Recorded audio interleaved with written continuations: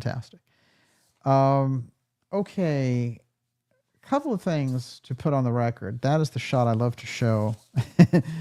If you're a regular in the ideas room, tell me who those two people are.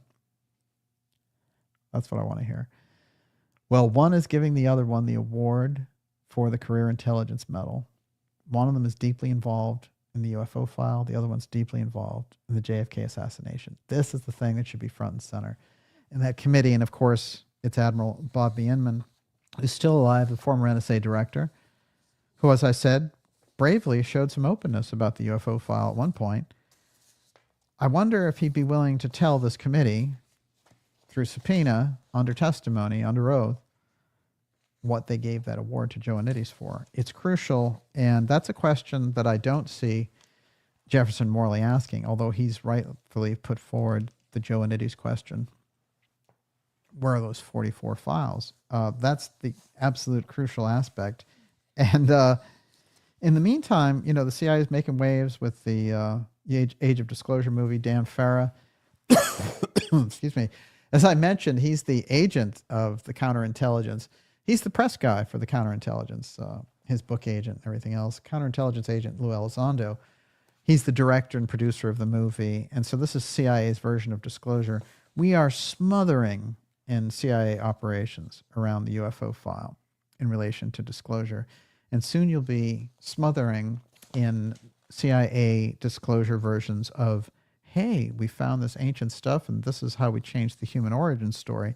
So you're going to find these things go hand in glove. But right now, what they need to do is spin any of that history that's coming out. And you notice that the original buzz off of the JFK files does not feature heavily the Central Intelligence Agency, because you're not getting the records of the person who controlled and was Oswald's PSYOP handler, George Joannides.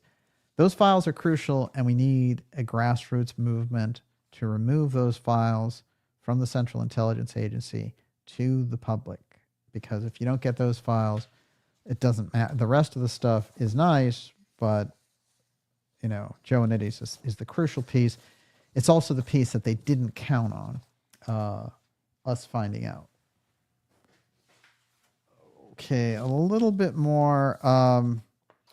That's Bissell there. He's 6'8", so he's towering over Kennedy there. But we have the outgoing CIA director here, Allen Dulles, deeply involved in the UFO file, hand in glove with Richard Bissell, the mayor of Area 51.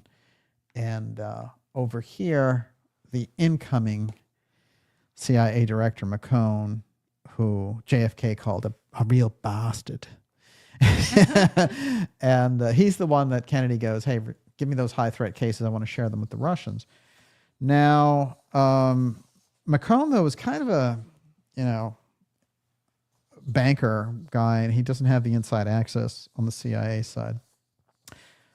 That is Guy Bannister, Lee Oswald's boss in the summer of 1963. There he is mapping out sighting locations for different UFO sightings, because his job for the FBI, before he becomes a private eye in New Orleans running Oswald, is he's the chief UFO investigator for the FBI.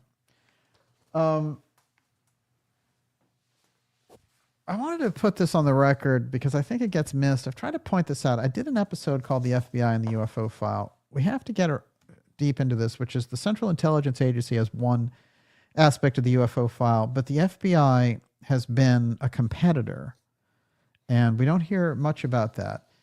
Until recently, something strange came up, and we found out that there was an FBI working group around UAP, it's UFOs.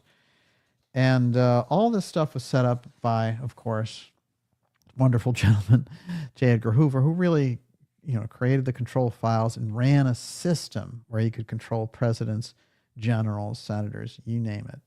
And he was very much involved in the cover-up of the Kennedy assassination.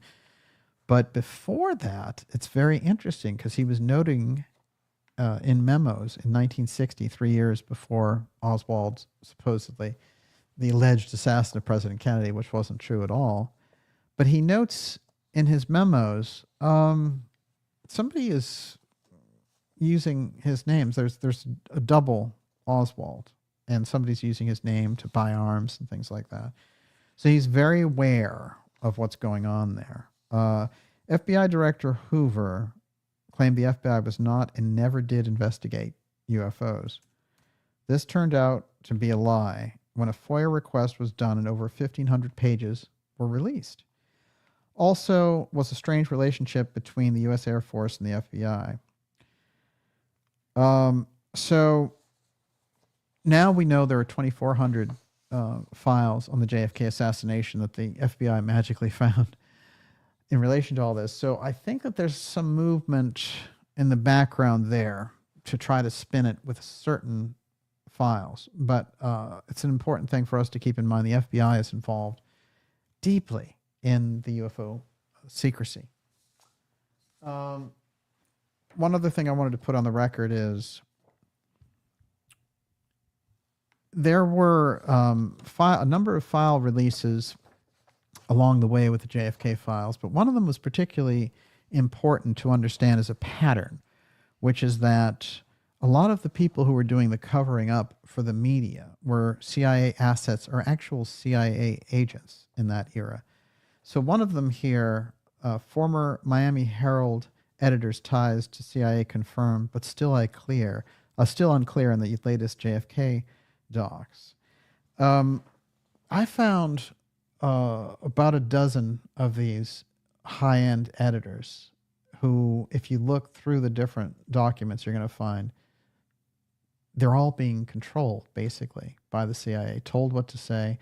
So when Kennedy is assassinated, they need to get the Oswald story to stick. Instantly, people are not believing it, especially after Oswald is assassinated by by Ruby so quickly. And there's no trial, there's none of that. And there's the Warren Commission, that whole operation, the cleanup committee, and people just aren't buying it. So these people, there has to be a brain trust of the media to cover this up. And now what we're finding out through the file releases is just how many of those editors and publishers were on the CIA payroll, agents of influence, and otherwise. That's very important because we need to understand why these people would lie. They're under instructions. And so, we learned over time just how corrupt the media was, to the point now where, the media has something like an 8% approval rating, and they've had to re-ingratiate themselves, as I said, into the independent space. So you're seeing this migration going on. But it is very important how we get our media and who is behind that as well. I think it's crucial. So as we build something of another track in relation to independent media, and I think there's going to be a third track here, because the corporate media was one thing, and then the independent media has been very, very corrupted and saturated with these different influences for confusion's sake. There's going to need to be a third version of this to get a true independent voice in the media, so you can get to the facts in relation to this. And with that, Miss Olivia, I'm turning it over to you. I have more to add. There's tons already. Okay. Quad 57. Joannides was brought up in the hearing. Can you explain the takeaway? Yeah, I mean, it's incredibly flat. I'll tell you what's weird. Now, it's been, a little while since the files came out, but we still don't have the Joannides files. So the only thing that they got there was a recommendation from Morley, who, after all, was crucial to discovering that. And I have some of the original notes around Joannides. I'm going to read a couple of quick things. So the whole point about Joannides is that there's this group, the DRE, who's a revolutionary group the CIA is supporting, spending thousands of dollars every month on. And they're an anti-Castro group, and they're building them up, and they do all kinds of things. They're building a militia. They're trying to create a propaganda wing, everything else. So they get paid to engage with Oswald and surveil him. And as soon as Oswald is grabbed for the shooting of Officer Tippit, not for the Kennedy assassination. Remember, Oswald is grabbed on a technicality for supposedly shooting Officer Tippit, even though he wasn't in the area. So they needed that first piece. And immediately, this DRE group starts running these advertisements saying, Oswald, he's a friend of Fidel Castro. He murdered Kennedy, and we need to invade immediately. They're the ones who are doing it, and it is Joannides who's setting them up to do it. So Joannides, as the top psychological warfare officer, is creating the Oswald legend, and he is creating the Oswald project here. So that they've hid his records, they've been sued in court now over 20 years to get those records, and they've never given those records up. They are absolutely crucial. The records suggested George Joannides was an SAS operative. The reason for his interest, the bulk of the available evidence indicates that Joannides in late 1963 was running a psychological warfare operation designed to link Oswald to the Castro government without disclosing the CIA's hand. Joannides is a new and important character in the Kennedy assassination story, the son of a well-known Greek-American newspaper columnist in New York City. He went to law school and joined the CIA in 1951, so he'd already been in the CIA for 12 years as a psychological warfare expert. Fluent in Greek and French, he was sent to the Athens station. By 1963, he was 40 years old, a rising protege of Tom Karamezanines, and he was highly regarded for his skills in political action, propaganda, psychological warfare operations, which is what he did against the American people by creating the Oswald legend. A dapper, witty man, Joannides presented himself publicly as a Defense Department lawyer. That was his cover. In fact, in 1963, he was Dick Helms's man in Miami. And of course, Helms is the person, the CIA director, who Nixon will pull aside and say, look, you know, when these things happen, there's going to be committees investigating this new information on Kennedy coming out. This is like 10 years after the assassination. He says, I want you to give me the details of how you guys were involved so I can cover for you. You know, so when they come out with the whole who shot JFK angle, you know, I've done a lot to protect you guys. I've done dirty tricks and everything else. So make sure, I want those files. Give me the background on how you did this, basically. And it's very interesting because you hear on the tape that Helms knows that he's being recorded, and he says, I'm here to serve the president or whatever, and he never gives Nixon anything. So there's a lot of background there on Joannides, but fundamentally, the 44 files from Joannides are the CIA JFK assassination files. If we don't have them, we don't have the JFK assassination files, and the whole exercise has been a farce. So if you don't get the Joannides files, it's really, you know, a rigged game, and you didn't get anything.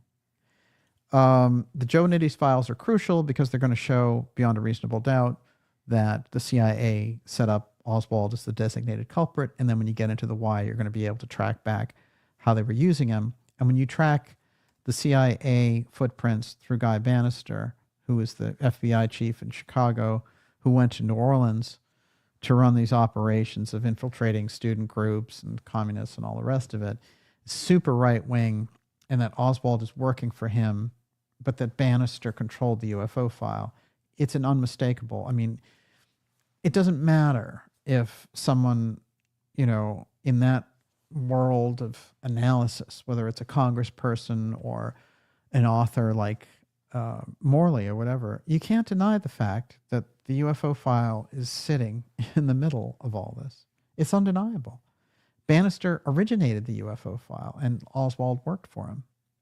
And then the person who comes out publicly and says, we know all about UFOs and who's flying them, gives the Career Intelligence Medal to Joannides. If this was a courtroom, you know, you would know these are undeniable facts. So there's a UFO file component in the JFK assassination. That's how you can exploit the case. Yes. Okay. David Termina, It seems highly likely that Joannides must have been working with Bissell since Oswald was in the U-2 program, which Bissell ran. Also, Bissell was overseeing MK Ultra, which they must have used on Lee Harvey Oswald. Martin K. O'Connor, what if Joannides was in charge of the Oswald file as part of his fake Soviet defection, which Oswald totally failed? Well, Gottlieb, who's the chief instigator of the MK Ultra program, is also deeply interested and a student of the UFO file. The only thing I Where can do you say, get that? I've never heard that before. yes, that's on record, and How come we haven't done an episode on that yet? well, because there's not enough there. There's enough to tie it in with this, but there's not enough To flesh it out. Yeah. What you can say about Oswald is starting at the age of 15, he was in the Civil Air Patrol, and that David Ferry was his commanding officer. Ferry, we know, deeply involved around the JFK assassination. But all of those people who come forward now and have been trying to spin the files, still to this day, the CIA's way, and say, oh no, Oswald was a lone nut and all the rest. Like Posner, who's been discredited how many times? It's ridiculous that he's even out there saying anything. And, once in a while, this is part of the problem with Morley, and just a minor criticism here, which is he's always doing, Posner's got this right or whatever. He's always trying to pretend that he's not, I'm not into conspiracy. God, don't think I'm a conspiracist. Look, it doesn't matter. The minute you go against the CIA grain, the whole media world is lost to you. So what's the point anyway? Get to the point of where the evidence takes you. And don't worry about what a discredited Posner case closed nonsense, But one of the things that they said was that, there's no proof that Ferry ever, knew Oswald. Well, he was in the same unit.